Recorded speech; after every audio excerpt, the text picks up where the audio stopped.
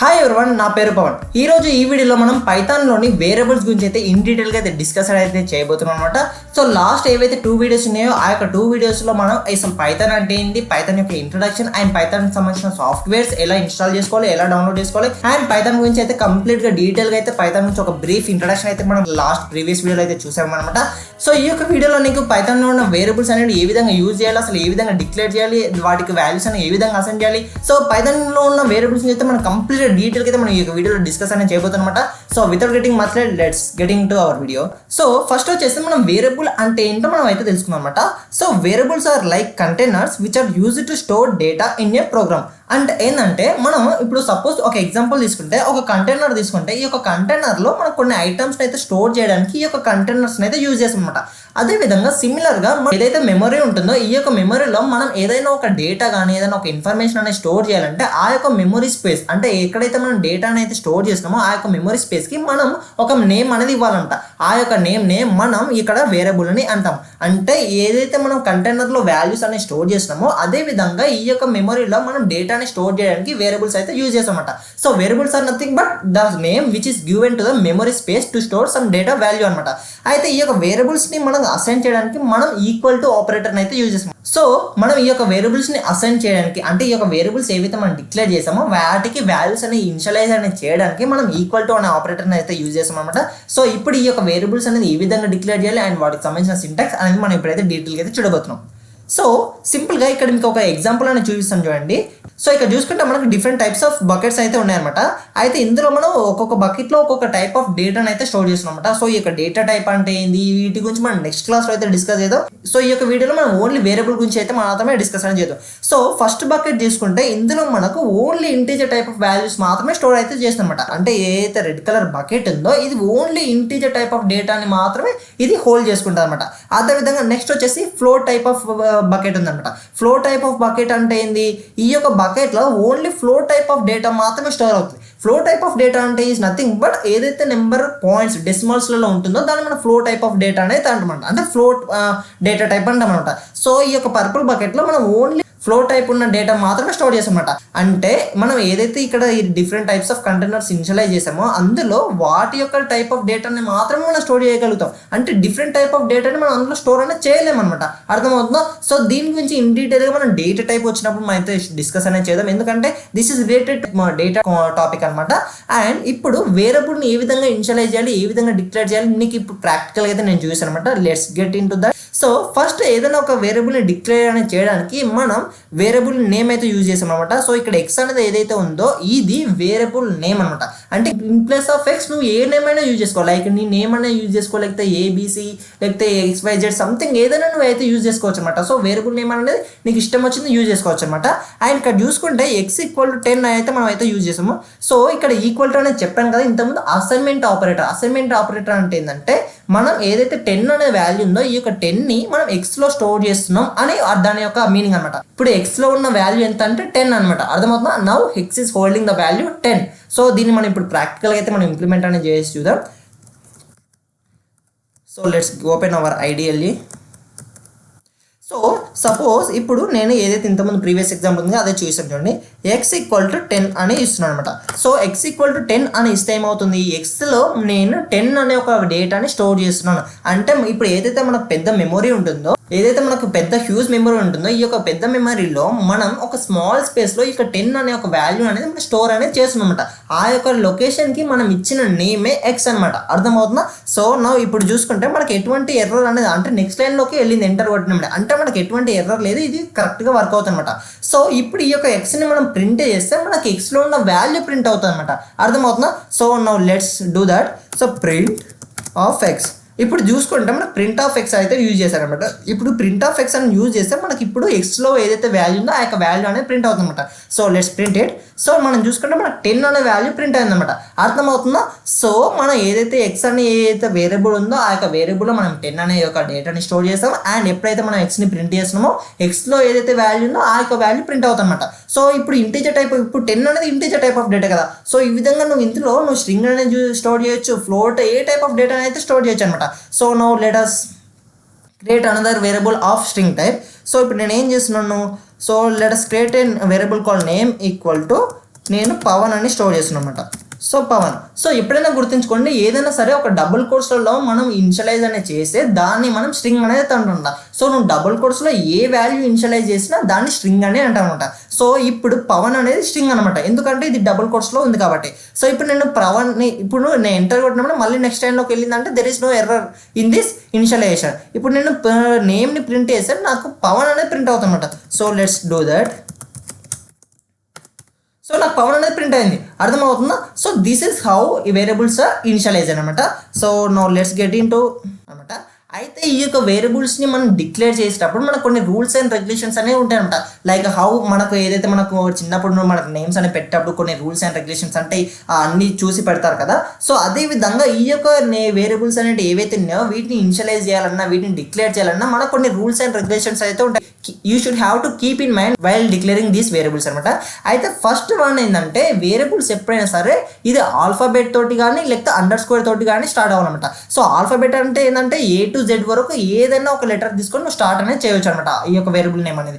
అయితే ఈ యొక్క వేరియబుల్ నేమ్తో పాటు అంటే ఆల్ఫాబెట్స్తో పాటు నువ్వు అండర్ స్కోర్ని కూడా యూజ్ చేయొచ్చు. సో నువ్వు ఈ యొక్క వేరియబుల్ని స్టార్ట్ చేయాలంటే నీకు ఆల్ఫాబెట్స్ అన్న యూజ్ చేయాలి, లేకపోతే అండర్ స్క్వేర్ అన్న యూజ్ చేయాలి. అయితే నీకు గుర్తుపెట్టుకోవాల్సిందంటే ఈ యొక్క వేరియబుల్ అనేది ఎప్పుడు కూడా ఈ యొక్క డిజిట్స్ ఏవైతే 1 to 3 ఉంటాయి కదా వీటితో స్టార్ట్ అనేది అవ్వదు. దీనికి ప్రాక్టికల్ కూడా మన సాఫ్ట్వేర్లో నీకు ప్రింట్ చేసి చూపిస్తాను. బట్ ఫస్ట్ అయితే నీకు ఒక ఐడియా అనేది ఇస్తున్నాను అనమాట, అర్థమవుతుందా? ఫస్ట్ అండ్ థర్డ్ పాయింట్ వచ్చేసి అంటే ఈ యొక్క పైథాన్ అనేది కేస్ సెన్సిటివ్ లాంగ్వేజ్ అనమాట. కేస్ సెన్సిటివ్ లాంగ్వేజ్ ఏంటంటే ఇప్పుడు మనకు కేస్ సెన్సిటివ్ అంటే ఏంది, lower case, upper case, camel case అని కొన్ని కేసెస్ అయితే ఉంటాయి. సో లోయర్ కేస్ అంటే ఏంటంటే మన యొక్క ఏదైతే వేరియబుల్ నేమ్ ఉందో అది అన్ని స్మాల్ లెటర్స్ ఉంటే అది లోయర్ కేస్. అప్పర్ కేస్ ఏంటంటే అన్ని క్యాపిటల్ లెటర్స్ ఉంటే అప్పర్ అనమాట. So lower case and upper case అయితే ఉంటాయి, ఓకేనా? సో నెక్స్ట్ వచ్చేసేదంటే స్పెషల్ క్యారెక్టర్స్ అనమాట. సో స్పెషల్ క్యారెక్టర్స్ లైక్ నీకు ఏవైతే పర్సంటేజ్ కానీ, ఎక్స్క్లమేటరీ మార్క్ కానీ, @ కానీ, ఇలాంటి డాలర్స్ కానీ, ఇలాంటి కొన్ని స్పెషల్ టైప్ ఆఫ్ ఏవైతే సింబల్స్ ఉన్నాయో ఈ యొక్క సింబల్స్ అనేవి నువ్వు యూజ్ అనేది చేయొచ్చు. So let us implement it practically. So first చూసుకుంటే ఇంతకుముందు మన ఎక్స్ అనే వేరియబుల్ ఉందో ఇది ఆల్ఫాబెట్తో స్టార్ట్ అయింది కాబట్టి there is no problem in that. And name అనే ఒక వేరియబుల్ ఉంది కదా, సో ఇందులో అన్ని మనకు లోవర్ కేస్ లెటర్స్లో ఉన్నాయి అండ్ స్టార్టింగ్ లెటర్ N కాబట్టి మనకి ఇందులో కూడా ఎటువంటి ప్రాబ్లం అనేది లేదు. ఇప్పుడు మనం ఏదైతే ఈ యొక్క పైథాన్ అనేది మనకు ఏం చెప్పాను, కాన్స్టెంట్ నెంబర్ అంటే నెంబర్స్ తోటి స్టార్ట్ అనేది కావద్దు వేరియబుల్. ఇప్పుడు అది కూడా చూద్దాం. So 1 name is equal to నేను సంథింగ్ లైక్ కుమార్ అని స్టోర్ చేస్తున్నాను. సో ఇప్పుడు మనం ఏదైతే ఈ వేరియబుల్ అనేది ఇనిషియలైజ్ చేసామో, డిక్లేర్ చేసాం, సో ఇది ఇన్కరెక్ట్ మెథడ్ అనమాట. ఎందుకంటే వేరియబుల్ నేమ్ ఎప్పుడు కూడా ఈ యొక్క నెంబర్స్ తోటి స్టార్ట్ అనేది అవ్వద్దు, ఓకేనా? సో ఇక్కడ మనం 1 నేమ్ అనేది యూజ్ చేస్తాం, ఇక్కడ 1 అనేది నెంబర్ కాబట్టి ఇది ఇన్వాలిడ్ టైప్ అనమాట. సో ఇప్పుడు నువ్వు ఎంటర్ కొట్టినప్పుడు నీకు ఎర్రర్ అనేది వస్తుంది, let's check that. So syntax అనమాట, ఇన్వాలిడ్ డెసిమల్ లిటరల్ అంటే ఇక్కడ ఏదైతే 1 అనేది కాన్స్టెంట్ నెంబర్ అంటే నెంబర్ అనేది ఇనిషియలైజ్ చేసామో వేరియబుల్ ముందు, సో అది ఇన్వాలిడ్ టైప్ అనమాట, అర్థం. థర్డ్ పాయింట్ వచ్చేసిందంటే పైథాన్ అనేది కేస్ సెన్సిటివ్ లాంగ్వేజ్ అని డిక్లేర్ అని చేసాం. ఇప్పుడు చూసుకుంటే మనకు నేమ్ అనే ఒక వేరియబుల్ పవన్ అనేది ఇప్పుడు సేమ్ నేమ్ అనే వేరియబుల్ నేను వేరే టైప్ ఆఫ్ డేటాని స్టోర్ చేయాలనుకున్నాను but with different case. So now let us see name is equal to something మీకు ఇష్టం వచ్చింది మీరు స్టోర్ చేసుకోవచ్చు అనమాట. సో ఇప్పుడు చూసుకుంటే ఈ యొక్క నేమ్ అండ్ ఈ యొక్క నేమ్ రెండు వేరియబుల్సే but there is a different in the declaration of case, isn't it? So ఇప్పుడు మనం ఎంటర్ కొట్టినప్పుడు నాకు ఎర్రర్ ఏం రాదనమాట, ఎందుకంటే మనకి ఇది కేస్ సెన్సిటివ్ లాంగ్వేజ్ కాబట్టి ఇది కంప్లీట్గా డిఫరెంట్ మెమరీ లొకేషన్ని పాయింట్ చేస్తుంది. అండ్ ఇక్కడ ఉన్న ఈ యొక్క సెకండ్ ఏదైతే నేమ్ అనే వేరియబుల్ ఉందో ఇది ఇంకొక డిఫరెంట్ మెమరీ లొకేషన్ని పాయింట్ చేస్తుంది. So there is no any error in between these two. So ఇప్పుడు నేను ఫస్ట్ నేమ్ని ప్రింట్ చేస్తే నాకు పవన్ అనేది వస్తుంది అండ్ సెకండ్ నేమ్ని ప్రింట్ చేస్తే నాకు మర్కెంట్ అని వస్తుంది. So let us check that print name. So first ఇప్పుడు నేను ప్రింట్ నేమ్ ఏదైతే లోయర్ కేస్లో ఉన్న దాన్ని ప్రింట్ చేస్తే నాకు పవన్ అనే ప్రింట్ అవుతుంది. So check it. So Pavan అనే ప్రింట్ అయింది. ఇప్పుడు నేను అప్పర్కి ఏదైతే సెకండ్ టైం మనం డిక్లేర్ చేసిన నేమ్ని ప్రింట్ చేస్తే నాకు మర్కెంట్ అనే ప్రింట్ అవుతుంది. So let us check that. So నాకు మర్కెంట్ అనేది ప్రింట్ అయింది. అంటే ఈ యొక్క పైథాన్ అనేది కేస్ సెన్సిటివ్ లాంగ్వేజ్ అండి. ఈ యొక్క పైథాన్ అనేది కేస్ సెన్సిటివ్ లాంగ్వేజ్ అనమాట. అంటే ఏదైతే నువ్వు లోయర్ కేస్లో డిక్లేర్ చేసింది అప్పర్ కేస్లో డిక్లేర్ చేసింది రెండు సేమ్ అనేది కాదు, ఓకేనా? అండ్ నెక్స్ట్ ఇప్పుడు వచ్చేసి అనమాట. అండ్ ఇప్పుడు పైథాన్లో మనం మల్టిపుల్ అసైన్మెంట్ అనేది చేయొచ్చు. మల్టిపుల్ అసైన్మెంట్ అంటే ఏంది, ఇంతకుముందు మనం చూసుకుంటే ఓన్లీ సింగిల్ లైన్లో అంటే ఒక్క లైన్లో ఓన్లీ వన్ ఇనిషియలైజేషన్ మాత్రమే చేసాం. బట్ ఇప్పుడు మనం ఒకే లైన్లో మల్టిపుల్ వేరియబుల్స్ని మనం డిక్లేర్ చేసి వాటికి వాల్యూస్ కూడా ఒకేసారి అసైన్ అనేది చేయొచ్చు. దీనివల్ల ఏమవుతుంది, మనకు number of lines of code అనేది తగ్గుతుంది అనమాట. So number of lines of code అనేది తగ్గితే మనకి ఈ యొక్క ప్రోగ్రామ్ అనేది ఎఫిషియెంట్గా రన్ అవుతుంది అండ్ మనకు ఈజీగా ఉంటుంది అనమాట. So let us check that ఈ పైథాన్ అనేది మనకు మల్టిపుల్ ఇనిషియలైజేషన్స్ అనేది ఒకేసారి మనకు ఆపరేట్ అనేది చేస్తుంది అనమాట. సో నేను ఇప్పుడు A, B, C అని అయితే నేను 3 వేరియబుల్స్ అనేది తీసుకుంటున్నాను. అండ్ ఈ యొక్క 3 వేరియబుల్స్లో ఐ వాంట్ టు స్టోర్ ఏలో నేను అయితే 10 స్టోర్ చేద్దాం అనుకుంటున్నాను అండ్ Bలో 20 అండ్ Cలో 30 అనమాట. సో ఇప్పుడు ఏదో నేను ఎంటర్ కొట్టడం there is no error in this. So నాకైతే నెక్స్ట్ లైన్కి అయితే వెళ్ళిపోయింది అనమాట. అంటే there is no error in this. ఇప్పుడు నేను ఏని ప్రింట్ చేస్తే నాకు 10 అనేది ప్రింట్ అవుతుంది. You can check that. So ఇప్పుడు ఏని ప్రింట్ చేస్తే నాకు ఈ 10 అనేది ప్రింట్ అయింది. So if you want to print C, let us print C, నాకేమైతుంది 30 value అనేది ప్రింట్ అవుతుంది. Isn't it? సో ఈ విధంగా అనమాట. అంటే నీకు ఒకటేసారి మల్టిపుల్ ఇనిషియలైజేషన్స్ అనేది పైథాన్లో చేయొచ్చు which are separated by commas.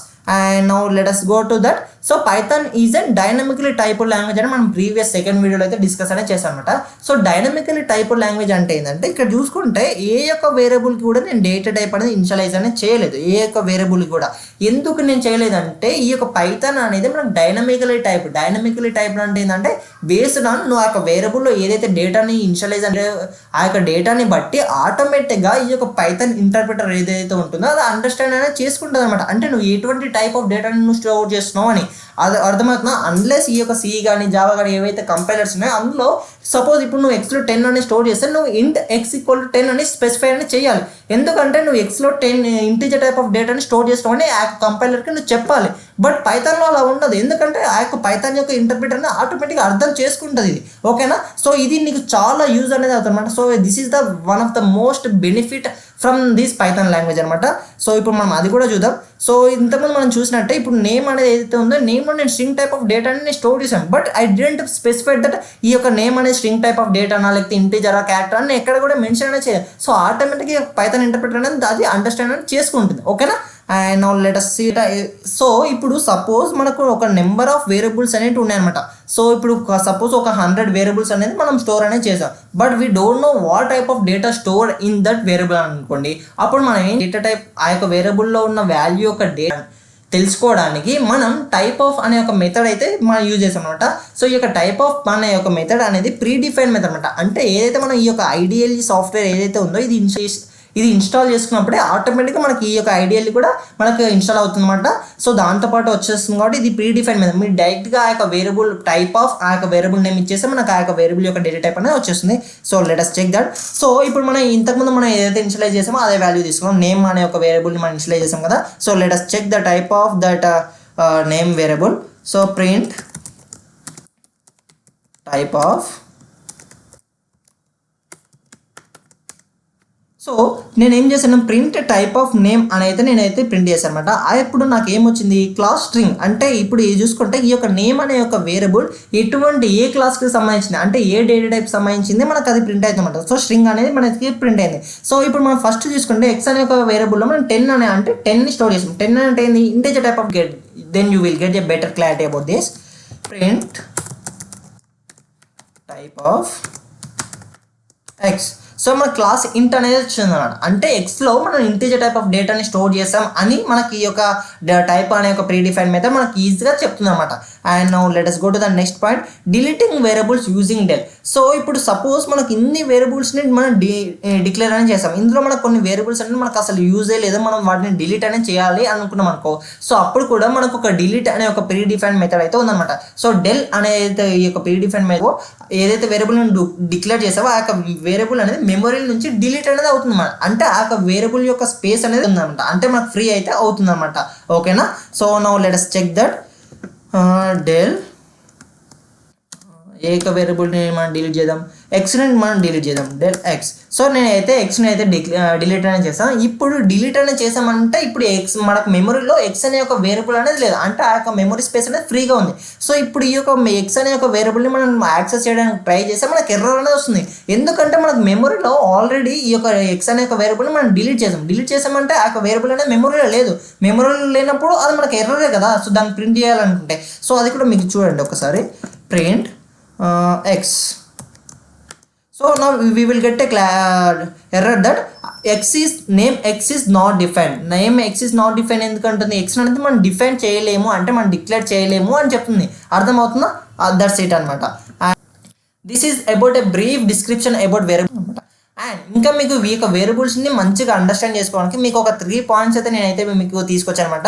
అందులో ఫస్ట్ వన్ వచ్చేసిందంటే మనం ఈ యొక్క వేరియబుల్స్కి ఎప్పుడైనా సరే మీనింగ్ఫుల్ నేమ్స్ ఇవ్వాలన్నమాట.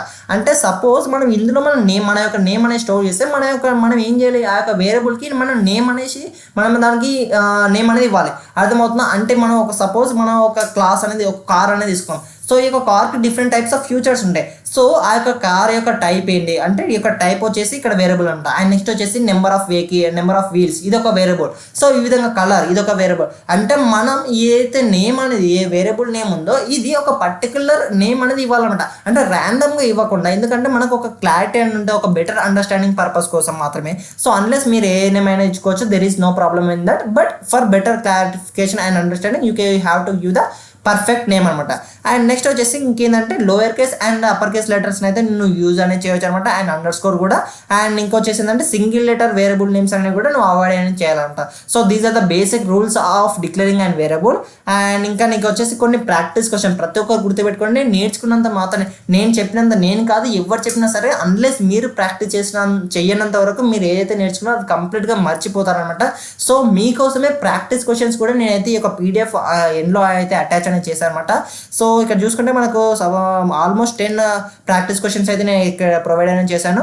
అండ్ ఈ యొక్క PDF అనేది కూడా కింద వాట్సాప్ ఛానల్లో అండ్ టెలిగ్రామ్ ఛానల్లో కూడా ప్రొవైడ్ అనేది చేశాను. సో ఆ యొక్క ఛానల్స్ లింక్ అనేది కూడా కింద డిస్క్రిప్షన్లో ఇస్తాను. So you can check it. That's it for this video guys, and I think this video will be very helpful for so ఎవరైతే బిగినర్స్ ఉన్నారో వాళ్ళకు బాగా అర్థమవుతుంది అని అయితే నేనైతే అనుకుంటున్నాను అనమాట. And if you have any doubt let me know in the comment section. That's it for this video. Thanks a lot and see you in the next